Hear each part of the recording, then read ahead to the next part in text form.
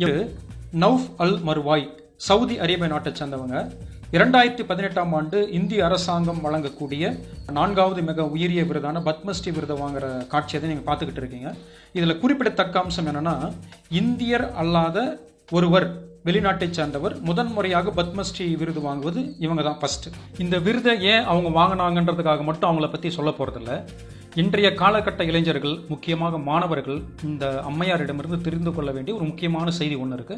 இவங்க 12 வயசுல படுக்கையிலிருந்து எழும்போது கடுமையான வலி ஆரம்பிச்சிருக்கு.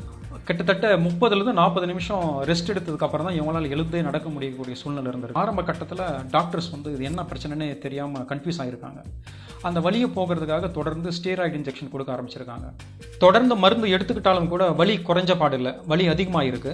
அதனால் அவங்களால பள்ளி படிப்பை தொடர முடியல, பள்ளியை விட்டு நின்றுறாங்க. பல கட்ட ஆராய்ச்சிக்கு பிறகு அது லூப்பஸ் அப்படிங்கிற ஒரு ரேர் டிசீஸ் அப்படின்னு கண்டுபிடிக்கிறாங்க. இது ஒரு genetical disorder, auto immune disease. அதாவது தன்னுடைய நோய் எதிர்ப்பு சக்தியை தன்னுடைய திசுக்களையே தாக்கி அளிக்கிற ஒரு வகையான நோய். தொடர்ந்து வீட்டிலிருந்தே மருத்துவம் பார்த்துக்கிட்டு இருக்காங்க. ஒரு நாள் திடீர்னு செப்சிஸ் ஷாக் அப்படிங்கிற கடுமையான மரண வலி ஏற்படுத்தி மயக்க நிலை காலத்துக்கிற ஒரு வலி வருது.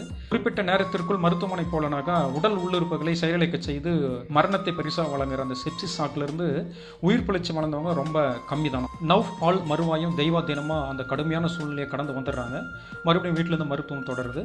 தொடர்ந்து வீட்டிலே இருக்கிறதுனால பொண்ணுக்கு மன உளைச்சல் ஏற்படும் சொல்லி அவங்க அப்பா என்ன பண்ணுறாரு, படிக்கிறதுக்காக நிறைய புத்தகங்கள் வாங்கி கொடுக்குறாரு.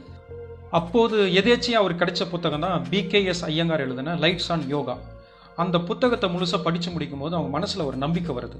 லூப்பஸ் அப்படிங்கிற ஆட்டோஇம்யூன் டிசீஸால் தனது வாழ்நாள் இன்னும் ஒரு சில ஆண்டுகள் தான் அப்படின்னு மருத்துவர்களாலேயே பரிந்துரைக்கப்பட்ட போது கூட இவங்களுக்கு வாழ்க்கையை பற்றின ஒரு நம்பிக்கை துளிர்த்தது. ஆனால் அந்த நம்பிக்கையை சேலஞ்ச் பண்ணுற மாதிரி இன்னொரு விஷயம் நடந்தது. அது என்னன்னாக்கா, அவங்களுடைய கிட்னி ஃபெயிலியர் ஆக ஆரம்பிச்சது. அதோடு கூட பிரஸ்ட் கேன்சரும் கன்ஃபார்ம் ஆச்சு. தான் வாழ்வதற்கான அனைத்து வழிகளும் அழைக்கப்பட்ட அந்த கடுமையான சூழ்நிலையிலும் கூட மனம் தளராமல் அந்த புத்தகம் கொடுத்த ஏதோ ஒரு நம்பிக்கையில் இந்தியாவில் ஆயுர்வேத மருத்துவம்னு ஒன்று இருக்குது அப்படின்னு தெரிஞ்சுக்கிட்டு அங்கேருந்து இந்தியா வராங்க. இந்தியாவில் இருந்த மிகச்சிறந்த ஆயுர்வேத மருத்துவர்கள் அணுகி தன்னுடைய நோய்க்காக ட்ரீட்மெண்ட் எடுத்துக்கிறாங்க. முதல்ல வெற்றிகரமாக கிட்னி ஃபெயிலியரை க்யூர் ஆகி வராங்க. அதுக்கப்புறம் அந்த கேன்சர் கட்டிகள் குறைந்து கேன்சரில் சர்வைவர் ஆகுறாங்க. இந்த ஆயுர்வேத சிகிச்சையின் ஊடே அவங்க யோகாவும் கற்றுக்கிறாங்க. இந்த யோகா, ஆயுர்வேத சிகிச்சை இது ரெண்டுத்தையும் தொடர்ந்து செஞ்சுட்டு வந்ததில் அவங்களுக்கு அந்த லூப்பஸ் அப்படிங்கிற ஆட்டோஇம்யூன் டிசீஸினுடைய எஃபெக்டும் குறைய ஆரம்பிக்குது. அந்த சமயத்தில் அவங்க மனசில் ஆழமான ஒரு எண்ணம் தோன்றுறது. அது என்னடா இது மாடர்ன் மெடிசனில் இது ரொம்ப ரேர் டிசீஸஸ்க்கு மருந்து இல்லை, ஒரு சில ஆண்டுகள் தான் நீங்கள் உயிர் வாழ முடியும் அப்படின்னு முடிவுபட்ட ஒரு நோய் இந்தியாவில் யோகா கலை மூலமாகவும் ஆயுர்வேத மருத்துவ முறை மூலமாகவும் ரொம்ப எளிமையாக கலைஞ்சு வந்துட்டுமே, இது ஏன் இவ்வளோ நாளாக உலக மக்களுக்கு தெரியாமல் இருந்தது?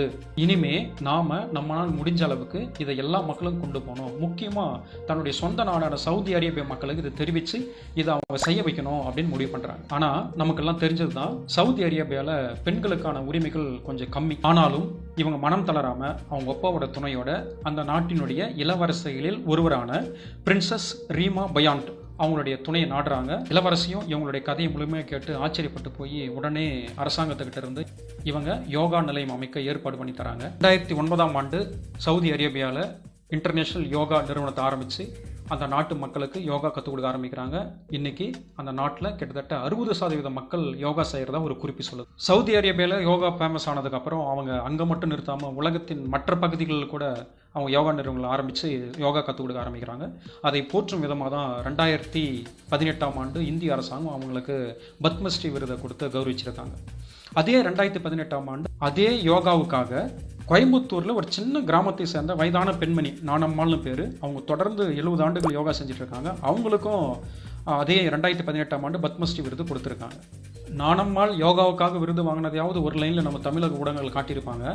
ஆனால் சவுதி அரேபியாவை சேர்ந்த நௌஃப் அல் மர்வாய் யோகாவுக்காக விருது வாங்கினதை ஒரு லைனில் கூட நான் பார்த்தது எனக்கு ஞாபகம் இல்லை. நீங்கள் பார்த்தீங்களா இல்லையான்னு எனக்கு தெரியல.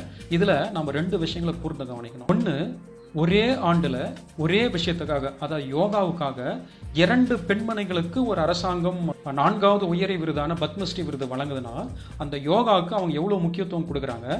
இந்த அற்புதமான யோகாவை நம்ம மக்களுக்கு கொண்டு போய் சேர்க்கணுன்றது எவ்வளோ கண்ணும் கருத்துமா இருக்காங்கன்றது புரியுது. இன்னொன்று, வெளிநாட்டை சேர்ந்த ஒரு பெண்மணி பாரத தேசம் உலகிற்கு கொடையாக வழங்கிய யோகாவால் ஆட்கொள்ளி நோயிலிருந்து விடுபட்டு இன்னைக்கு அவங்க நாட்டில் இருக்கிற 60% மக்களை வந்து யோகா பண்ண வச்சிருக்காங்க. அது மட்டும் இல்லாமல் உலகம் ஃபுல்லா யோகா பரவி 2015ஆம் ஆண்டு UNOவால் ஜூன் 21 உலகம் முழுவதும் யோகா தினமாக கொண்டாட வேண்டும் என்று அறிவிப்பதற்கு இவரும் ஒரு காரணமாக இருந்திருக்காங்க.